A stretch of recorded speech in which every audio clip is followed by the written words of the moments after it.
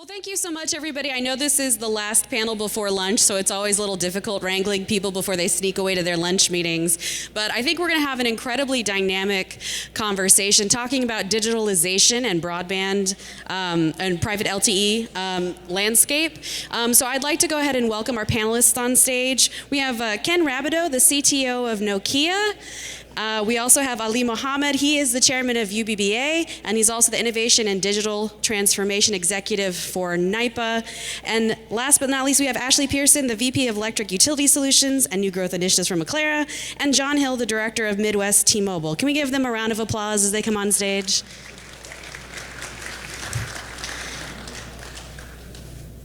Okay. Trying to make sure where to. I'll hand that one to you if you want to sit.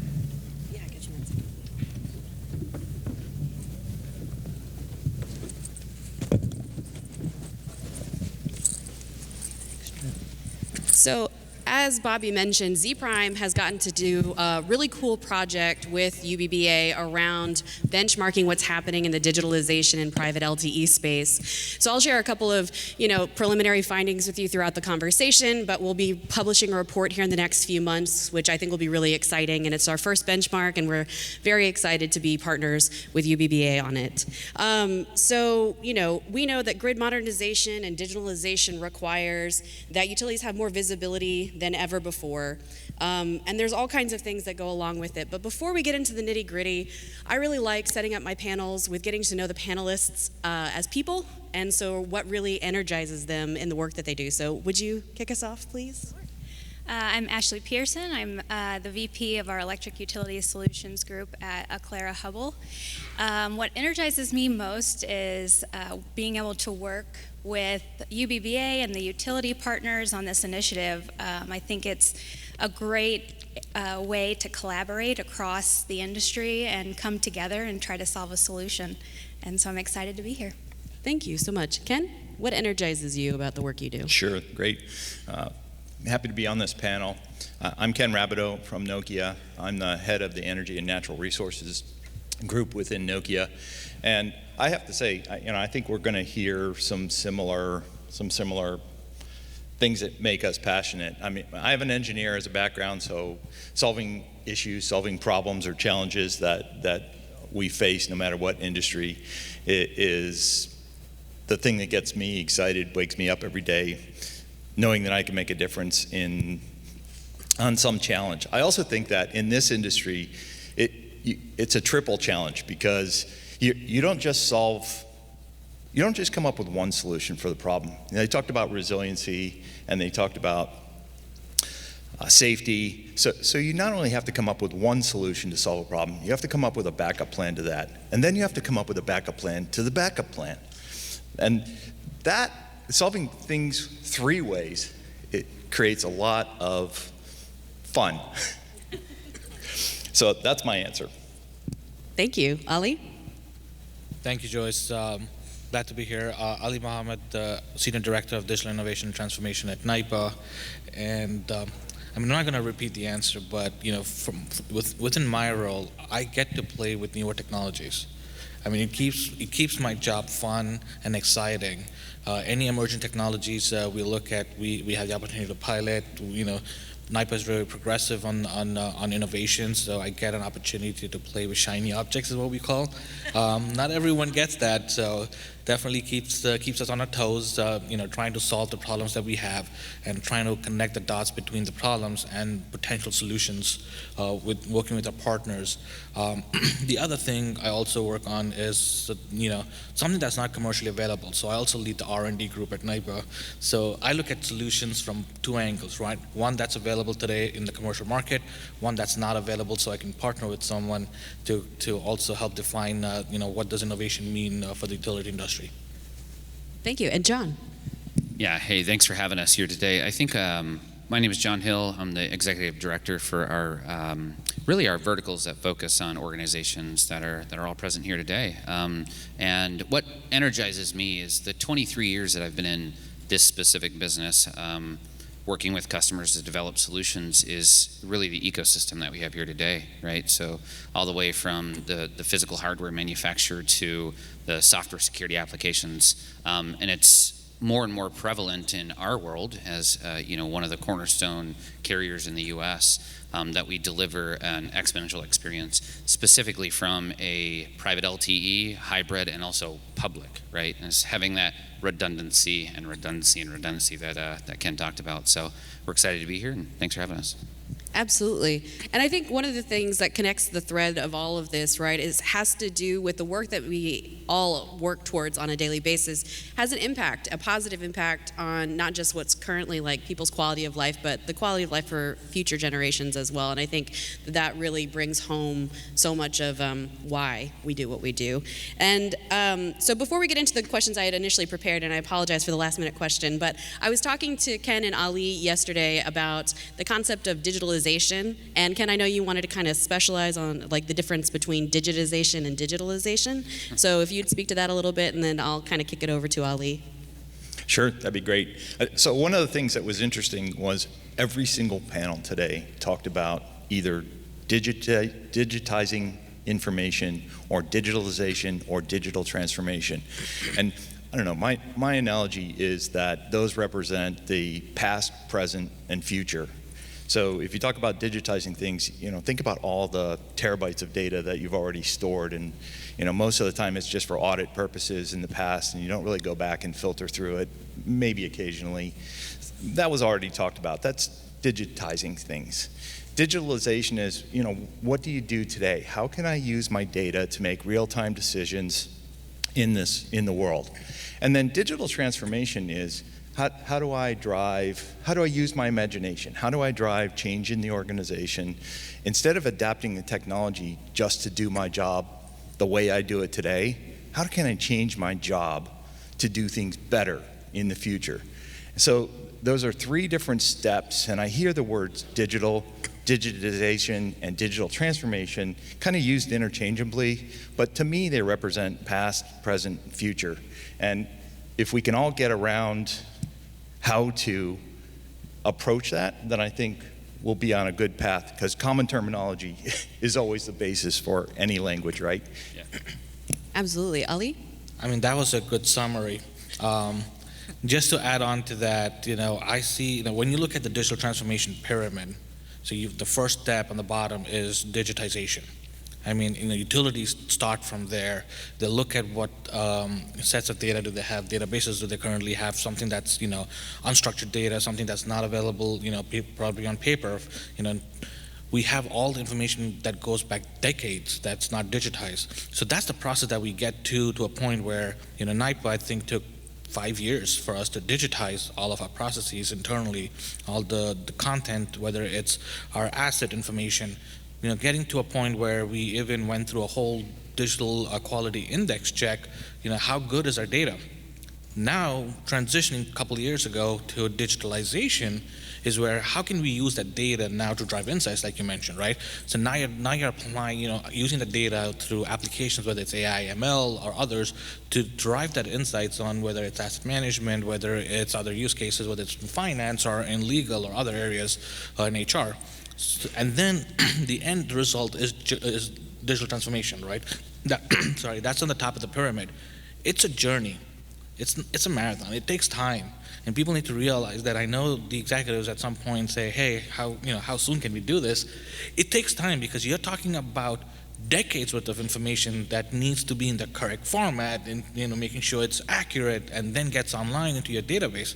So that takes time. The longer it takes, it's fine, because now when you start applying AI ML, you're using actual data, real data that has been vetted and tested. So that's, I would say, the whole pyramid. It's a journey, and it definitely takes time for sure. Thank you. John, Ashley, you have anything to add? Yeah, I do see that there's a lot of confusion sometimes about what we're talking about, maybe with the terms that we use, but we're all driving to the same ultimate solution. So I think it's great to set something like this up and making sure that we're all in alignment. Because I agree, there's so much that we want to do in the future that requires the data that we have. And if it's not in an easy, accessible format, that we can learn from that data and figure out how we can get into that predictive and preventative space of the future. So we're doing that groundwork now, and as you said, it takes time, and nobody likes to take the time up front, but it's really important to make sure that we're laying that foundation so then we have a good base. And at Hubble, we have a R&D team that is dedicated on looking at data and understanding what type of analytics and what's going to be driving some of those preventative and predictive aspects of the future of the grid. And so it's really important when we work with our utility partners to have that type of data so then they can figure out the smart minds of the R&D team using that data. So, yeah, I think that's exactly right. When we look across the room here and you see a group of peers, the first thing I think about is some digital transformations we've seen in other verticals or industries. And I think in a conversation earlier today, there was the there's speed, there's walk, there's crawl, there's run, and then there's utilities, right? Ultimately, we've seen digital transformation in mission-critical organizations or verticals, much like the utilities. And we've been careful in utilities because it's really the infrastructure of the world that we all rely on every single day. I think the key there is that as you go out and find examples or opportunities on how to utilize digital transformation data, or metadata in this case, right? I think we said data enough times to qualify for metadata potentially so far, but the opportunity is to go out to some peer groups within other organizations, and I think the airlines space where we've had significant experience in digital transformation in both how you swipe your credit card, what hospitality looks like, and by the way, the mission-critical applications that have moved from paper to, just in this case, a simple iPad with a mission-critical data connection, and talk to those organizations about benchmarking data along the way, and also benchmarking that data between one another here in the room. So both integrators, manufacturers, carriers like ourselves, but also peer organizations within the utility space. We've seen that as a best practice to put IT leaders together in the utility space and define exactly how that data is coming to life, at one utility versus another. Awesome. I think you guys can tell that we have some pretty brilliant people up on stage with really diverse perspectives and providing a really balanced view of what's currently happening in this space. So I just wanted to give a quick reminder, we will be asking for audience Q&A, so be thinking about the questions and take advantage of the thought leaders up here because they're here to help lead us. Okay, so when we are talking about private LTE networks, right, I know that some people have touched on the current drivers and stuff, but since you all have unique perspectives, I'd love to hear, what do you think is driving, the adoption of private LTE networks in your area? I can take that. I certainly think there's a big aspect of control and security that the utility inherently wants to have, and looking at PLTE as that solution, making sure that they have more control of the network. Especially during those critical times when they need to utilize the network, and having that control on what's happening on that is one of the key drivers, as well as obviously we know the security aspect with cybersecurity. We see that that's a large driver of making sure that because of that control, they can make sure that it's more secure. Absolutely, thank you. Ali? Not going to repeat that, but just add on to that is, most of our assets are in remote locations. And we cannot run fiber to every single asset. It's impossible to do that. So leveraging, if there were existing, commercial networks out there, in certain metro areas, you can. But in those rural areas, you need to, like you said, control is something that utilities definitely need to have. And security is another one, right? So looking at those parameters and adding in the need, when you talk about renewables, so you're talking about all these new assets that are going to come online in the next 5, 10, 15, 20 years, it's impossible to run the wireline infrastructure to every single asset. So now the need for private LTE is growing when you talk about, the whole renewables and grid modernization and everything. So that is the need that's driving utilities to look at what are the potential solutions out there that we can evaluate. And I think looking at the current landscape, private LTE is definitely on the top of the chart. Thank you. John? Yeah, again, I think we just have a unique perspective in building network today, right? I think we touch something close to 80,000 cell sites. We touch about 1,000 of those a month. And look, we still don't cover every single inch of really what Ali just talked about, is those remote locations, those downline detectors, the critical substations.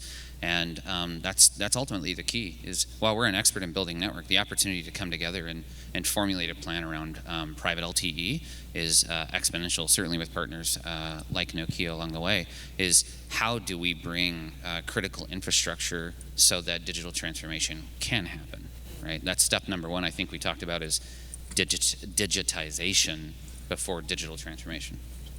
Thank you. And Ken? Yeah, I would say, you know, the interesting thing is we heard on previous panels the maybe top 2 or 3 things that are driving this. I agree with every single one of the things that the panelists said today. I would also add that, you know, if you look at what they said, use cases that you pointed out was the number one thing. Everything has to be use case driven from the utilities perspective, not just technology for technology's sake. The second thing is, you know, if you look at past implementations of what utilities have adopted, one of the previous utilities said that they had siloed technologies with a skill set that was, you know, 1 or maybe 2 people knew that and it didn't translate well. But having one standards-based asset that they could have everybody in the company learn and use so that it costs less to operate, they could do more use cases to support the business. That was the second thing that I heard, and I would say that those 2 things, use cases and having a standards-based platform that you can accomplish your use cases or enable them, are probably the 2 top things. No, thank you very much. I definitely agree with that. And I think Jimmy, in one of the first panels, kind of talked about, like, the connecting of the things isn't really the use case, right? Like, that's a necessary step to get to the next thing because it's an enablement or enabler. I feel very similarly about, like, establishing networks, right? Like, you know, they enable you to go do other things. And so what are the other things that you really need to drill down on? So as Bobby mentioned, and as I kind of touched on, we are working on a survey right now across with utilities, primarily North America, but it's open up to international utilities as well, sort of how they're adopting private LTE networks. And currently, out of the 50 utility responses that we have 60% of utilities currently have yet to deploy a private LTE network.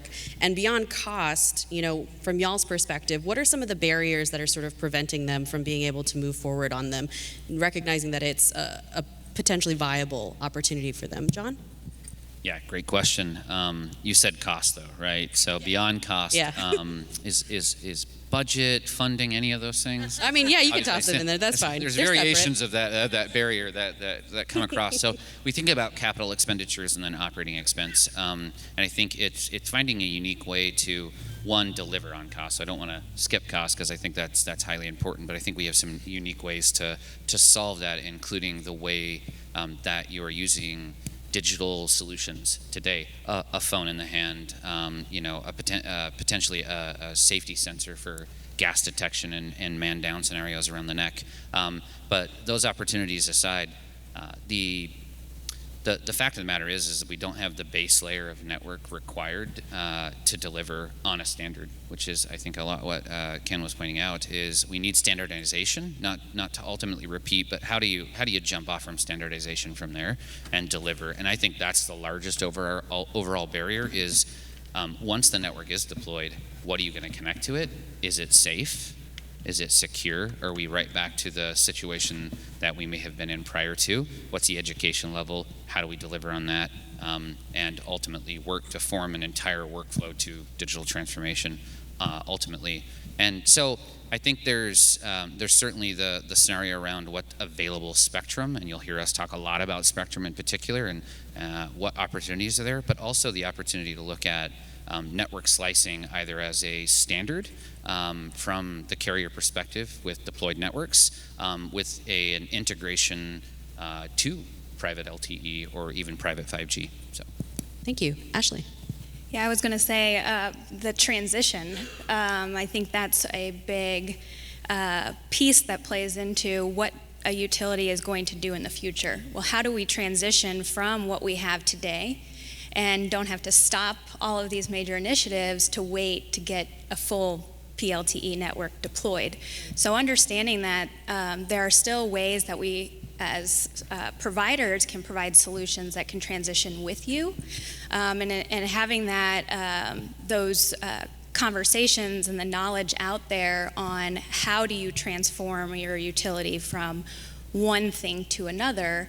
Also having that collaboration inside the utility to say we have one network that can actually help the metering side and the DA side, and how can those networks, because it's using a common network, use data across all of those sensors and meters in the field for some of those future aspects. So I think there's a lot of education that has to happen in the space, and making sure that the utilities themselves and us as providers of a solution, we're talking the same kind of language and really driving and understanding what is the benefit you're trying to get. A utility isn't the expert in the communications. They're the expert in the grid. And so making sure that when we're having these conversations, it's what solution are you looking for to provide to answer a problem that you have or an unknown problem of the future, and having that security of knowing that you're not making a decision on a network that will only service you for 5-10 years. This is something that you can deploy and use long term and continue to expand on the use cases of the network. Thank you. Ken? Yeah, I would add on to all of the things that have been said so far. Maybe just add, I think when you look at what the utilities, and they talked about this earlier in the panel, what they have to deliver. I mean, they have to operate a grid safely and reliably. They have to deliver shareholder value. Everybody knows that. But the third one that most people skip over that was talked about was value for the community also, benefits of operating the network. And I think one of the things that we have been challenged as a vendor by our customers when we come in is asking, what is the additional benefits that we can tell our upper management that they can use to justify spending this much money, not just to manage assets, but also to provide benefits to the community overall. And it might be better use cases. It might be that it might be support of that application that Tanya talked about, where she could get the Tesla and the charging station without having to talk to a person. That is communications, that's applications, that's better use of the technology. And talking to upper management about how you can use those benefits by implementing some of the technologies that you find here is one of the key things that we see. Absolutely, thank you. And I think that tees it up perfectly for the work that you do with NYPA, Ali. So from your perspective, what are some of the barriers and impacts? Everything you said. So in addition to that, I think holistically, the utilities should also look at building a communications strategic roadmap. I'm not talking about private LTE in general. Whatever the technology is, what is your requirement for the next 5, 10, 15 years to meet your goals, right? I mean, unless you have that, and that also includes what are your challenges today? What are your use cases? Unless you figure that out, you would not know what would you require to address that. The other most important thing is, from a utility perspective, we've never had private LTE technology, that was owned by a utility. There might be some that are using, but from someone that was starting from fresh, is resources to maintain it. We talk about deployment of private LTE. What happens after it's deployed? Who's going to maintain it? Do we have the skill sets in-house, the resources in-house to maintain the infrastructure? Because we talk about miles and miles of infrastructure you're rolling out, but do we have enough bandwidth to even maintain it? So that's one of the biggest challenges. And I think holistically, you need to understand your communications roadmap that accounts not only for your capital expenditure, but also your O&M going forward, that gives you like a full end-to-end cycle. Thank you so much. I mean, you all touched on some really fabulous points, and the things that are ringing in the back of my head really have to do with, okay, so, you establish your private LTE networks and you start seeing efficiencies, and there's improved safety and reliability, and you're able to meet demand better, but one of the things that don't get talked about is like the return of investment. But it's really hard to know how to generate those revenue streams or potential revenue streams if you don't have the visibility first. And so how do you make the use case justifiable if you don't know what the ROI could potentially be? So not quite chicken and egg scenario, but definitely something that will get unlocked as we move forward. And so I think this got touched on a little bit earlier too, but something that is definitely necessary, right, is the rural connectivity aspects and how utilities maybe role is shifting a little bit with, providing opportunities for communities. Ali, do you want to kick that off? Sure. From a rural, and there's a project that I currently am working on. It's a pilot to address rural broadband connectivity in upstate New York. It's more of a wired solution, just from a holistic communication standpoint.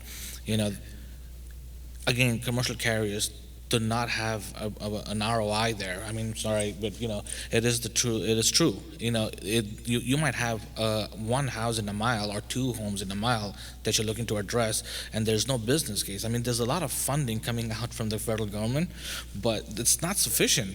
If you look at even just in New York, is getting $1.2 billion between all the different funding. That's equal to $20 million per county. That is not enough to cover end-to-end connectivity issues. So utilities play a pivotal role. I mean, we serve these customers today. You're talking about, let's talk about AMI 2.0.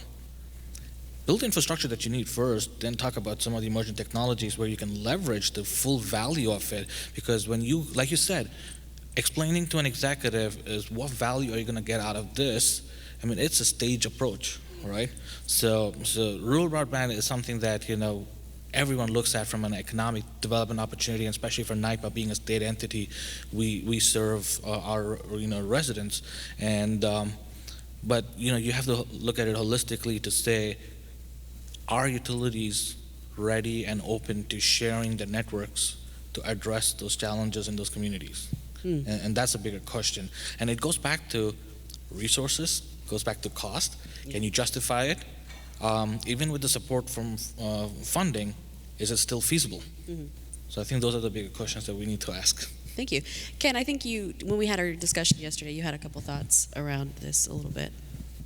Yeah, I think when you look at the funding that the government has made available, they put it in a bunch of different buckets. One is rural broadband that Ali talked about. There's infrastructure funding. There's funding to build out electrical vehicles, EV type funding.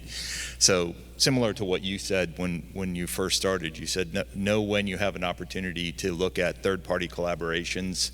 And the key is, if the carriers had a business case to build out into some of these communities, they would have already done it, right? So that means that if you look at partnerships, say with a carrier, with a utility, with maybe some smaller ISPs or some other interested parties, you can share some revenue, and you have a collective way of everybody can share some of the risk of the build out. You can get some of these people connected, and the cost for one individual company is not so high that it's prohibitive. So that is where I think that when you start to look at these partnerships, this is where you can start to get the economy of scale you need to bring those outliers back into the network. Thank you. Ashley and John, do you have anything to add?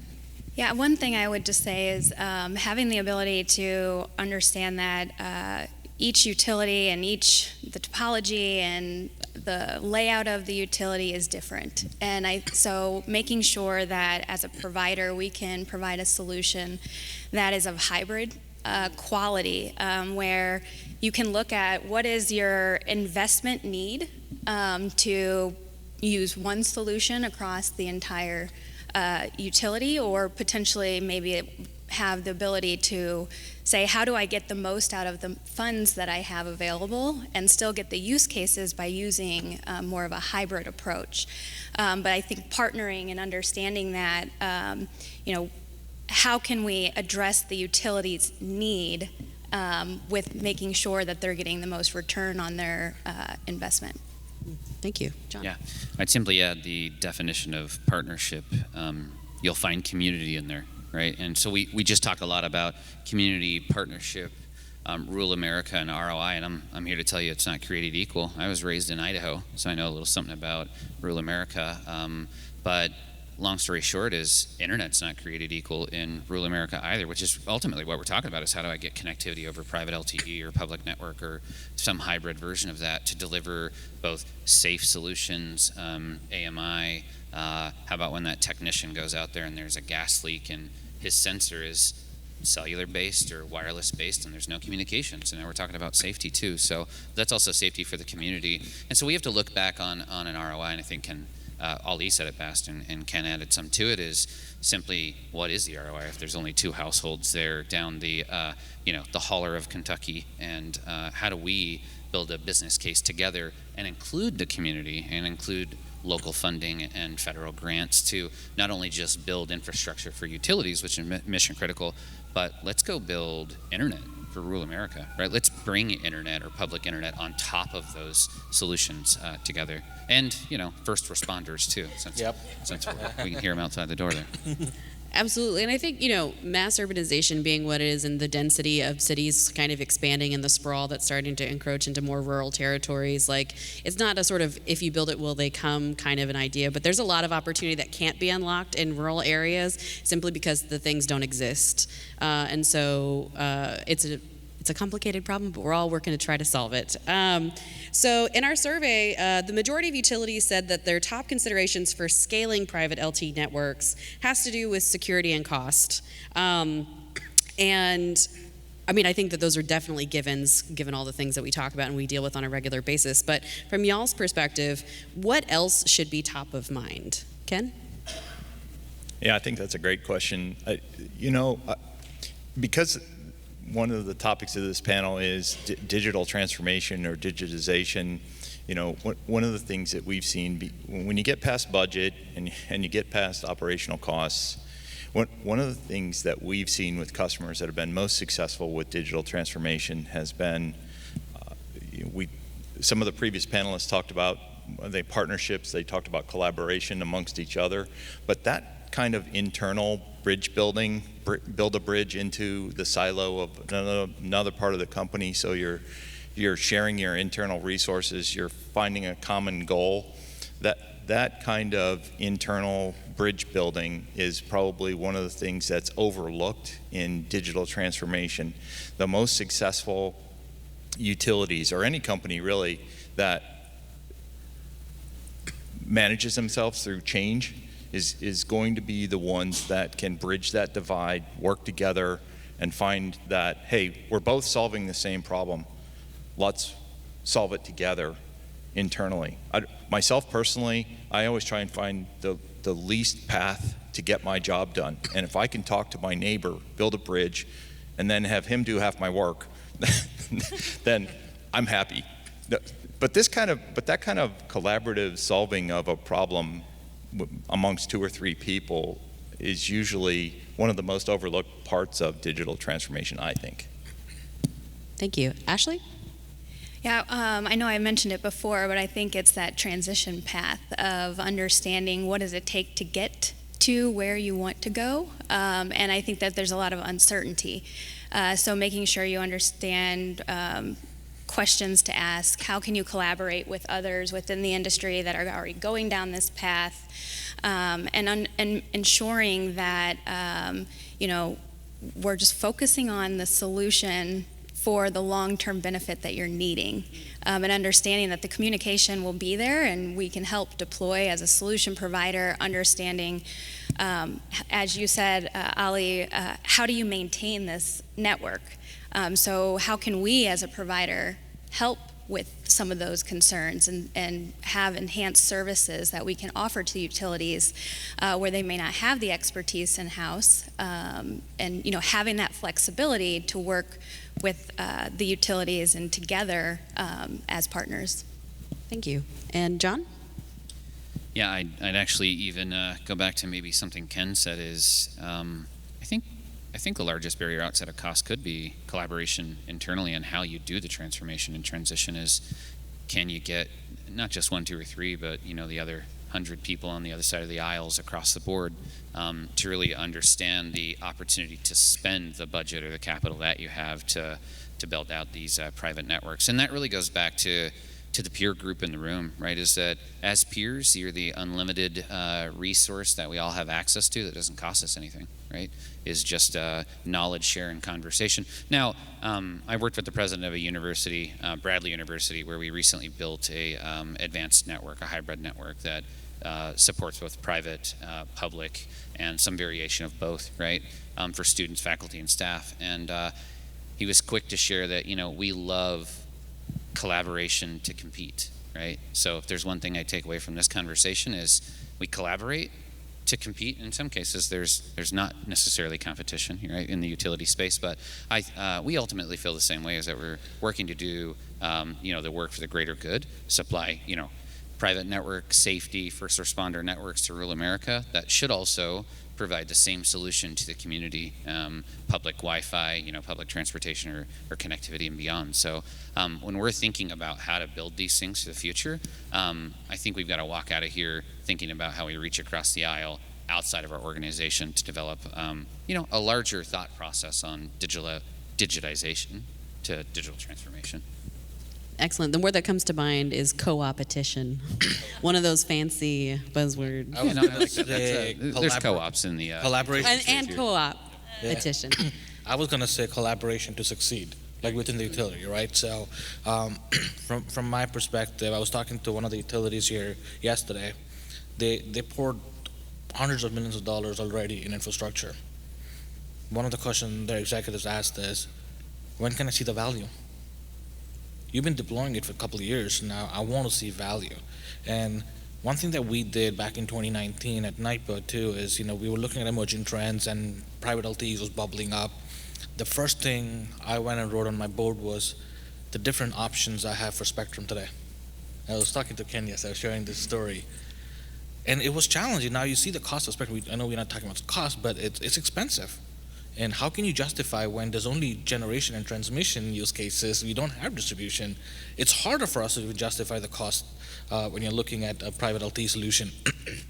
We took a step back, raised it up, and I said, let's collaborate internally and see how business is done today and how they would like to see it done in the future.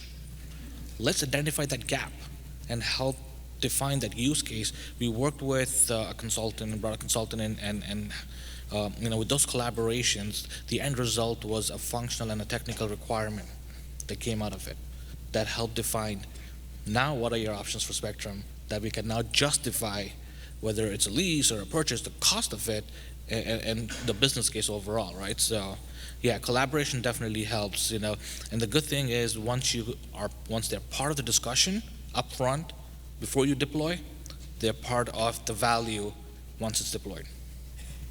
Thank you. I think you bring up a really great point that the technology components or things necessary to make the solution go are not necessarily all the work that needs to be done in order to make it happen. And so looking internally on how you can address innovation and identifying, where those gaps exist, I think is huge. So we have about 11 minutes left. I have one last question, so I hope you've been thinking about your questions for the panelists because it's about to be your turn. But my last question, and I'll start with Ashley, is if you could change one thing about digitalization or private LTE network deployments, what would it be and why? Well, that's a good question. In my mind, it's not maybe changing one thing. It's making sure that we're broadening the scope and understanding the holistic benefits that the solution can provide. And I think you said it great, looking internally and collaborating through the different departments. So maybe it's more collaboration within the utility themselves, and then obviously more collaboration with us as providers and utilities, and then providers partnering with each other, and having that more open conversation, which I think UBBA is a great place that allows that type of collaboration, so we're getting there, but just making sure that we're really have that open mind to say, how can we utilize this network to the most of the capabilities that can bring to the utility themselves. Excellent, thank you. Ken? Yeah, I also think it's a great question. I think that, you know, probably one thing that I would change is the biggest thing I see that we do in this industry is that we try and adapt technologies to the way we do business today. I think I already said that, but let's come back to it for a second. Because one of the biggest things that I would change is to challenge everybody to ask, how could I change the way I do things to use the technology more effectively to get my job done? And there's a lot of examples of people that use their family to show creative thinking. So I'm going to use an example. I learned recently that I have a virtual dad in my house. My daughter used to come up and say, "Hey Dad, when's soccer practice? Hey Dad, what's the weather like today? Hey Dad." And you fill in the blank. All of you parents know what I'm talking about. Now it's not "Hey Dad," it's "Hey Google, what's the weather? Hey Google, when's soccer practice on the family calendar? Hey Google." And I was like, hey, I have a virtual dad. I can get more work done with the virtual dad, and my daughter asked me a lot less questions. That is creative thinking that didn't happen before. And people are learning this. I mean, ChatGPT, how many of you have gone to ChatGPT and solved an issue that was faster than what it would have been? So these AI virtual assistants, every one of us has a virtual personal assistant that we can have. My name's Ken. Personally, my virtual assistant's going to be Barbie AI. So I think that you can use a lot of these things and just challenge yourself to think about how things are going to be different, or how you could use them to be different. Excellent, thank you. Ali? Powerpuff Girls AI. I'm just trying to find another. I would say change management early on. I mean, you know, from an innovation group or a strategy group, they look at technologies, they look at shiny objects, like I said, right, coming back to it. How can we push this out in the organization? You also have to understand the utility operations folks have a job to do to keep the lights on. Are there going to be adopters within the utility of this technology or not? So that's why collaboration is very important. Trying to understand what is the problem you're trying to solve from their perspective, not from our perspective. We can justify, I can just take a technology today and say, this will work great at NYPA, let's deploy this. But is someone going to use it? We pushed out, during COVID, we didn't, you know, most of our folks didn't have an iPhone issue because they don't travel. They will come to work, they're there during the day, and they go home. When COVID hit, that was the first thing we did. We pushed phones out so we are able to communicate with them when needed. But now you have the distinction of management versus union folks. There are 400 phones that are still not turned on. They are sitting on their desk. So it's about adoption and making sure you go through the process of explaining why is this needed and how is this going to help you in your job to be more efficient, right? Optimizing your processes with your daughter now. So now you have more time to do other stuff. So I would say focus on your change and how easy, and make it easier for the end user to understand how is it going to help them. Thank you. I think you bring up a really great point about innovation. Having a background working with startup companies and doing innovation myself, one of the biggest hurdles to overcome is your customer discovery and validation process, right? And like your user validation of who's actually going to be adopting these technologies. So I think that's a great point to bring up. And John, would you close this out? Yeah, absolutely. I'm going to go back to standardization. So if you think back through the world of technology and when we standardized on Windows, or you standardize on, well, who standardized on Office 365 during COVID? All of us. When you get to a standard, the adoption curve goes away, right? It's very simple to roll out technology for plus or minus, 90% of the organization, plus or minus 10% of the organization. But when you get to standardization, it's that handheld, that Android or iPhone, which is really what we have available in the world today, and that application that either got you here on a train, plane, automobile, and into the event as a whole is mission critical. So when we launch solutions specifically around private LTE and putting aside digital transformation, because right, we all agreed if we back up to the base layer, we've got to get that base layer out before we can really start the digital transformation. Is how do we standardize on spectrum? So if we were to do this over again, personally, I'd step back and say, standardize both the devices and the solutions within the utility space. That could be metering, down detection, safety devices, handhelds. But to do that, you need to standardize frequency and the deployment of frequency in spectrum too.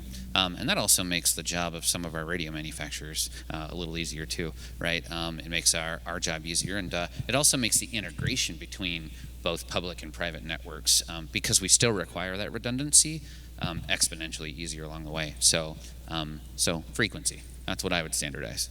Awesome. Thank you so much. Okay, so we have about 5 minutes left, enough time for 1 or 2 questions. But the good thing about this panel, please come up to the microphone. We'd love to hear from you. One of the nice things about this panel is it's right before lunch. And so if you don't have a chance to ask your question at the microphone, please come up and speak to our panelists over lunch. I'm sure they'd love to talk to you. Hi, my name is Ali Amir. I work for Great River Energy. Thank you very much for the great discussion. My first thing would be a comment about how to make this easy for utility companies, because the change is big, right? And I would recommend considering the phased deployment and also relying on the cellular networks out there. So do the hybrid model until you build out your whole network. The other thing I would bring up is we keep talking about private LTE for the utility companies. Although everybody's talking out there, there's 5G, and 5G is out there already. There's the non-standalone, there's the standalone. And for me, I would look at it, okay, I'm going to deploy LTE. What happens if it goes away like happened to 2G or 3G? What's the thoughts about that? Thank you.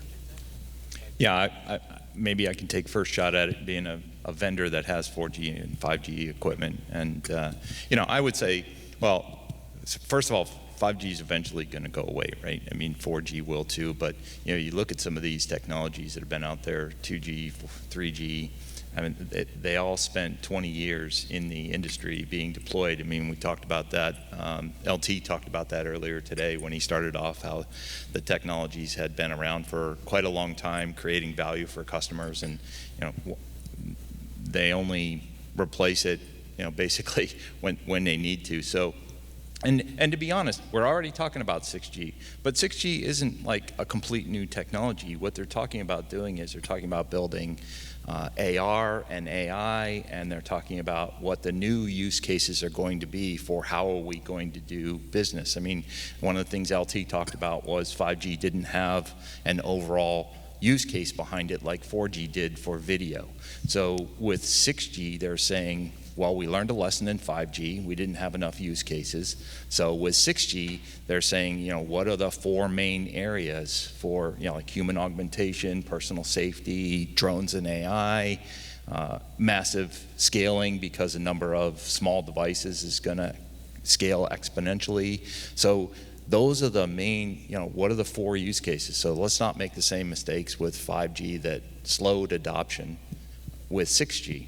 So what I think is that as utilities progress, then going from 4G for as long as you need it to 5G to 6G is going to be more graceful than it has been in the past with other technologies because of the use cases. Well, I'll just add, there's really 2 main points there I think that you mentioned is how do we not repeat 2G, 3G? In fact, we still operate an underlying 2G network today, and part of that is available spectrum, right? So those vending machines can still swipe your credit card on 2G because the barrier is, how do I go switch out? If I make a transition on AMI to primarily cellular embedded or cellular based, even over private LTE, then what's my barrier to change that technology, especially after we've talked about how you build an ROI and that cost is ultimately one of the number 1 barriers. So I think that's not a casual conversation. That's a real technology flow and map plan that we have to work and build together. Certainly from a manufacturer perspective, carrier perspective. But I think the second really important thing there is we're talking about private LTE here today. You mentioned the hybrid. There's certainly an opportunity to leverage public network with secure SIM layers, right? Authentication all the way down to the physical SIM itself, instead of using potentially software-based security applications over the top. when you look back at an IoT device that might not have an application layer, right? It's just a hardware layer. So that's a development and opportunity that we're starting to see real world and excuse me, in 5G. So there's the transition from, do I use public before I move to private? And I think the answer is obviously yes. And that will start or give you a head start into the ROI on how do I go out and build a private LTE network, which then you have a significantly more control over, years of production on that LTE network if it is a built, managed, and sustainable private LTE network or even private 5G network. So hopefully that answers your question. Awesome, thank you. The thing that comes to my mind too is that was touched on an earlier panel had to do with making sure that you plan out your technology deployments with extended capabilities so that you don't end up with the 2G sunset issue that happened, and so on. So we have about a minute left. Is there any other questions that you'd like to ask? And don't get up yet because I want to make sure Bobby has an announcement or anything that she needs to say before you leave the room. She will have an announcement. Okay, any other questions? Can we please give our panelists a huge round of applause?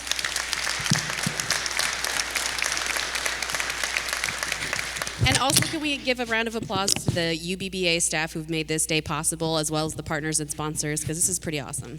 Thank you.